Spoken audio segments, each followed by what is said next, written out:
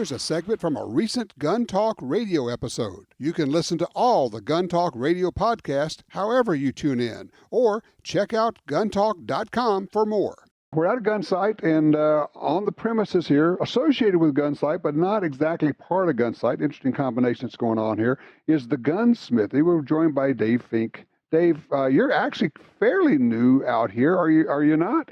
Correct, Tom. Yes. We just got up here actually a year ago, April 1st, and we love it. It's been a great opportunity. That's terrific. Okay, so first of all, to answer the question of what makes guns run, clearly it's WD-40. It's what we always like to use on guns. For those who don't know, no. I've had a gunsmith friend. He had a sign up, this is years ago, he says, gun cleaning, $15, $25 if you use WD-40 on it. I believe it. I believe it. It's not something to put on your guns, right? Correct. Yeah, definitely not for a lubricant. But yeah, there's all sorts of options you can. But going back to your base question, what keeps the gun running? Well, it's going to be you, the user. And most of the time, the issues that we see come through when it comes to gunsmithing related or firearms maintenance relation, it is maintenance. The gun typically will run out of the box 99.9% of the time. And what we get is a lot of times people come in, it's ignorance. They just don't know, right? Sure. They got this new gun, they put 1,000 rounds through it, and all of a sudden it's having all sorts of issues, and they think it's the gun. Well, it's probably not. Okay. Well, and being at gun site where you've got thousands of people coming through, and I mean, I know your business isn't really like taking care of the students' guns, but at the same time, you get to see what's coming through. Is that what you're seeing? Basically, a lack of maintenance? Absolutely. I was kind of surprised, quite honestly, when we came up here, that's I could almost have a full-time guy dedicated to cleaning student guns while they're here. Just cleaning them. Because if you just clean them, they'll run. Absolutely. For the most part. Yeah, absolutely. Yeah, and we see that a ton. We also see over lubrication being an issue as well. What does that do? Well, being up here, Arizona, we've got a lot of dust, dirt. Down here on the ranges, decomposed granite. You know, when they drop their mags for reloads, that stuff works its way up in the gun. Oh, you're shoving it up into the gun. Yep, and then you have a lot of carbon buildup from shooting the gun, and you get this combination of this grit sludge that ends up creating in their gun that slows everything down, creates issues. And at a certain point, if you're slowing down the velocity of the slide, you're going to end up with malfunctions. Correct.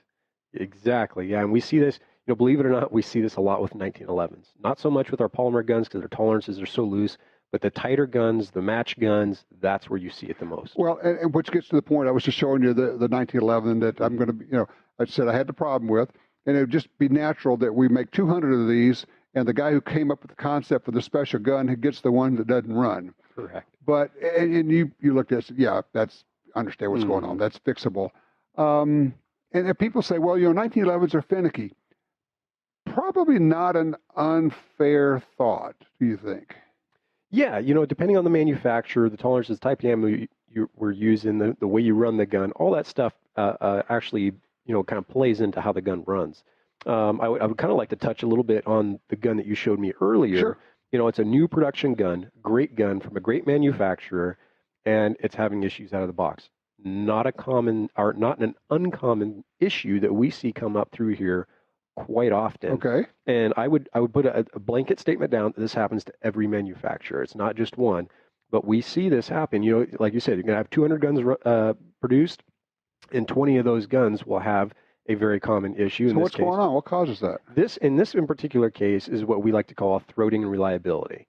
And basically what it means is that the manufacturer has tolerances, and if it, part A is within that tolerances and part B is within that tolerances, but it's like +5 on part A and -5 on part B. And now you put it together. Now you have 10,000's worth of tolerances or whatever. It's cumulative.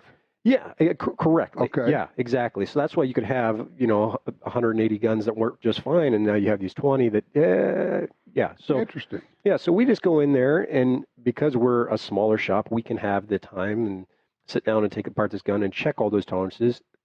Polish up feed ramps. They don't necessarily get polished at the factory because it's production. Sure. And we can go in there and check all that, right? And we can change those angles if it needs to and make sure that it's feeding right from the magazine up onto the primary feed ramp. And yeah. A point I was making earlier in the show is that this is why I always tell people, look, when you decide that this is the gun you're going to carry, this is the gun you're going to bet your life on, you need to go run a couple hundred rounds through it and find out, is it reliable? I mean, probably if you get past 200 rounds and it's still running, you're probably good. Is that fair? Yeah, and you know what? That brings up another good point, because that a lot of people get that concept, or I should say the majority of the gun owners get that concept. But what they do is they go down to Sportsman's Warehouse, they buy the bulk cheapest ammo that they can find. It's probably ball, and they go out and shoot, and it works just great. Well, then they get a wild hair, probably 2-3 years later, and they're like, oh, you know what? I should probably shoot the duty ammunition I'm shooting. Well, they shoot hollow points through it, and it jams the first round. So then they never tested it with their carry ammo. Correct. Yeah, and so that's one of the things that we like to see. And what a lot of times the instructors up here push is that, test that stuff. So then we get students that test it, and they realize, oh my gosh, I've had a problem with this, and I've been carrying this gun for 3 years. So that is something that big check. And people say, okay, why, if 1911s are more problematic than, say, your basic plastic pistol, it's a matter of tolerances. One of the reasons we like 1911s is because you can't have the tolerances very fine and have it still run, so they're accurate. Also, they, in my view, have the best trigger pull of any of the pistols out there. You make a lot of 1911s, so you probably are I would ask your opinion on that. Mm-hmm. Yeah, so there's two sides of the fence here. Polymer guns have more ammunition and they're lighter, blah, blah, blah. And then you have, our traditional view is that, 1911s are more accurate and you can get a better gun out of it overall. And I would say, that's probably still holds true. And now with modern day, you got the 2011s that really change things up. Right. But for the most part, the 1911 platform has been around forever. It's been tried and true. It's an accurate gun. They're easy to work on, especially if somebody knows what they're doing, Right. And I would probably say that I'm trying to turn off the phone that's next to us. There we go. I don't know. I think I hung up on somebody. That's good. So as far as the 1911 goes, it is a workhorse, and it always has been. Now, I will say, from being here for over the last year and looking at the amount of guns that are coming through, the 1911 is kind of on its way out for the young modern shooter. Partly because that's what they see in TV and movies. Correct. Yeah, I think that is a huge thing. A couple of my guys that work for me are younger, and this is a discussion we've had in the shop several times, and they brought up that point, and you sit down and you think about it, it's like, you know what, when my dad got his first gun, he was watching Clint Eastwood, so he got a Model 19 or something along that sorts. Okay. I kind of grew up in the sense that AR-15s and Glocks, those were the most common things on TV, and that's the first thing I got. Of course, so, makes sense. Yeah, that's kind of a lot what drives the gun culture is media. So, how'd you get into being a gunsmith? Well, that's a good question. So I love guns. I grew up loving guns. My dad was a hunter. I just fascinated how they worked and all that good stuff. So anyway, when I had the opportunity to get involved more into the firearms, I started shooting a little bit competitively, and I started realizing a lot of these guys are out shooting me, and it's kind of frustrating. And I start looking, it's like, wow, this guy's got a custom gun. This guy's got a custom gun. Where do you guys get these custom guns? I've never seen one like that. So anyway, then they start telling me, oh, I sent this out to this guy in Texas or Montana or wherever. So I started looking into it, and I was like, man, you know what? This is for me. Huh. And that's how I got involved. So you went to Yavapai? I did. Talk about that, the school there, okay? Mm-hmm. So on my last duty, my last duty station, I found out about Yavapai College through a coworker. And so I started looking into it, and it was like, at the time, it was rated #1 in the nation for their... And that's in Prescott? And that is in Prescott, Arizona. Yep. Okay. Yavapai County, Prescott, Arizona. And it's just a community college is really what it is, but their program was so tailored. They actually smith in an old Ruger plant, because the Ruger manufacturing plant was actually next door to the C-Tech. Are they using the one on the other side of the airport? It used to be the Ruger plant? Yeah. It used to be right next to my office at Wolf Publishing, there. There you go. And then it became part of Davidson's. Mm-hmm. Okay, interesting. Yeah. I'm not sure the whole logistics on that, but yeah. So it's you could watch planes and stuff as you come into to Smith, but yeah. So that program, when it was designed, it is designed to make the gunsmiths that are ready as soon as they come out of college to go right into the smithing field. and I enjoyed it. I loved it. I thought I knew a lot about guns when I went into the program. The first week there, I was like, what did I get myself into? I have no idea what they're talking about. So it was really good. Four of my guys actually went through the Yavapai program. Most of the guys that I get that work for me, that's where they come from. They're very knowledgeable. They've got good experience. They're local, so that's always a big plus. Right. But sometimes when we get somebody in, hey, I'm interested in working on guns. I want to, gunsmith, and I start talking to them, and they don't have any experience. The first thing they think about is putting together an AR-15. And quite frankly, anybody can do that in their garage. You can buy the tools online. That's not gunsmithing. That's not gunsmithing. But when we go back to the original issue that you had with your 1911 here, learning how to do that stuff, sometimes it is always good to learn from somebody who's been there, done that. And most of the instructors at that program had their own businesses at one point, worked for very successful businessmen or industries. And I really appreciate that, and that's got me where I'm at now. So, is there a need for more gunsmiths?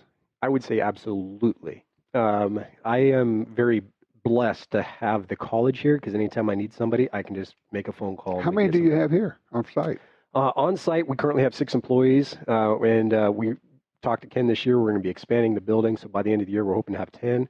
So there's room for growth, right? Wow. We're looking at getting a couple more guys. 10 gunsmiths, right? Yeah, Holy yeah, that's cow. right. That's right. We've got a lot of work up here. And you're also, we should explain, you're also affiliated with Bobby Tyler. A lot of people know Bobby Tyler down in Texas. And you guys, I don't know if your partners work together, how that works, but it's kind of all intermingled. Yep, we're all intermingled. Yep, the hand goes deep. So Bobby Tyler specializes in single action work, color case hardening, and that kind of stuff. So we started working with Bobby Tyler probably 3 years ago. We started sending work back and forth, and we started realizing how much we have in common. Our work ethic's the same. We had a lot of same goals and end games type stuff, and so we started sending work back and forth. Well, we actually met because of Gunsight, and when we heard the opportunity of possibly even getting up here, Bobby and I are both like, man, this is a great opportunity. But we don't want to, slit each other's throat. And then so we started talking about some things, and Bobby says, well, I tell you what, I want to grow my business, and you want to grow your business. The only way I can grow my business is having more people, and the only way you can grow your business is a bigger location. So we talked about it. I was like, you know what? I can come up here and get a bigger building, and Bobby can actually send work our way to expand his business. Oh. So, and the way it works is, when Bobby, say you wanted a custom revolver, right? You called Bobby up or call myself up, say, hey, I want color casing, I want engraving, I want this, the accuracy package, whatever. It's going to go to our facility first here at Gunsight. Okay. We do all the assembly, disassembly, any type of metal prep, and then it goes off to Bobby, gets his color casing work or whatever, customized stuff, and it comes back. So it really, it grows everybody. And it actually is starting to help Gunsight as well, because all these, these custom guys are like, hey, what's Gunsight? I've never heard of that. Or and then we start saying, you got to So one feeds off the other. Correct. So for somebody to take advantage of your business, your gunsmithing or custom gun building, they don't have to come to Gunsight or be a Gunsight customer or student, right? Correct. Yeah. So we were actually smithing in this area for 5 years, and just before we came up here, that's all we did was just private work. Once we got tied in with Bobby Tyler and Gunsight, that's when things started changing. We got a lot of students, a lot of instructor work, and that really kind of launched us into a lot of work outside of Arizona. So I'd probably say about 50 to 60% of our business is actually shipped in out of state from anybody. Any Joe can just box up their gun, send it to us, and get some work done. Okay, switching on you. Weird question. We know that there's all sorts of things you can do to 1911s to trick them out, make them better. Are there things you could do to a plastic gun, to a Glock, to make it better? You know what? So that's a great question, and it's not always just Glocks. We see a lot of 320s, M&Ps. Yeah, it's kind of a whole generation of guns. Correct. If you will. Yeah, correct. So the number one, or I'll give you the top 3 things that we see students get upgrades with while they're here in a 250 class. The first thing is sights. The second thing is a trigger, and the third thing that we're seeing a lot more of is red dots. Or I shouldn't say red, period, but just the reflex sight, the pistol-mounted optic now they're going with. Yes. Correct, yeah. So normally by day 2, people realize that they can't see what they're shooting, so they come up for new sights. They get down to day 3, and their fingers are starting to hurt because it's horrible. And horrible trigger pull. Oh, yeah. And then you got the instructor saying, well, you could have had this, that, whatever. But anyway, so the trigger ends up being done, and by the end of the week, we normally have guys that are leaving their guns with us to install red dots and then ship them back. Well, and don't you find that the trigger pull is always find on the radio, it's like you're saying, trigger pull is important and it will do this and it will do that. And everybody says, but my gun has a trigger and it's fine for me. Mm-hmm. If you haven't experienced a good trigger, you don't know how bad your trigger can be. That is correct. And a lot of times you don't understand how bad the trigger is too until you use the gun for a long period of time. So a lot of these students, they shot their guns. Yeah, I shot a box this weekend, or I shot a box there. Well, yeah, if you're only shooting a couple rounds and you're not really doing a lot of good training or purpose type skill set, right? Or trying for accuracy, or trying for speed, or repeat shots up close. Yep. And then, like I say, after about 2 days, 3 days, you're already okay. I've got 400 or 500 rounds to this. Mm-hmm. My trigger finger hurts for pulling this 8 to 12 pound trigger. Correct. And I can't really control it. Everybody else just out shoot me out here. And honestly, if you went, I don't know what the improvement you can make, but a lot of these guns do come with a 10-pound. Oh, absolutely. Pull. I'm going to switch the gear on you a little bit here. So we had what they call a revolver roundup last year. Okay. And it was sponsored by Gunsight here. Daryl Bolke is the one who put it all together. But anyway, we had a bunch of guys shooting double action revolvers. Right. And this is really what really opened my eye to the revolver side of action work. Okay. We had guys coming up here shooting some of these revolvers they haven't shot in years, or especially, trying to shoot, like you said, for a group, for speed. And a lot of these guys were having groupings that were like, you couldn't even get them on the paper at 10 yards. Yeah, I was like, good grief, brother.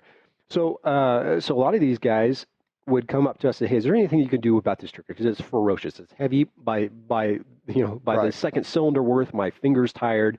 And so we would do action work for these guys, send them back down range, and the instructors would be like, what did you guys do? Do you guys like hypnotize these guys? Or what's going on? I was like, well, no, a good trigger, it makes a huge difference. Yes. Mm-hmm. And a good double action trigger pull on a good revolver is a thing of beauty. It's just like magical. Oh, yeah. When it smooths up, you don't have any hiccups, and it's just nice and smooth all the way through. Yep. You can place that round, even from double action, you can place that round in the center box every time. Right. It's a straight sweep. You don't get to where you want to try to stage a double action trigger pull. Just sweep it to the back and let it go. Correct. But you can only do that if it's a good trigger pull. Correct. Yep. And you can only get a good trigger if you take it to somebody who knows what they're doing. Good point. There are people out there who are gunsmiths who don't know what they're doing. You probably get some of that work ends up on your desk. You know what? We get so much of that, it's sickening sometimes. But yeah, so, and that brings up a good point is, that once you find out about somebody, it's kind of like finding a good doctor. Once you find that good doctor, you will make the effort to go find them and get their stuff. Well, I've told people, they've called, said, I have a gun and I can't find a gunsmith here. And I would tell them, look, send it to my friends at Clark Custom Guns.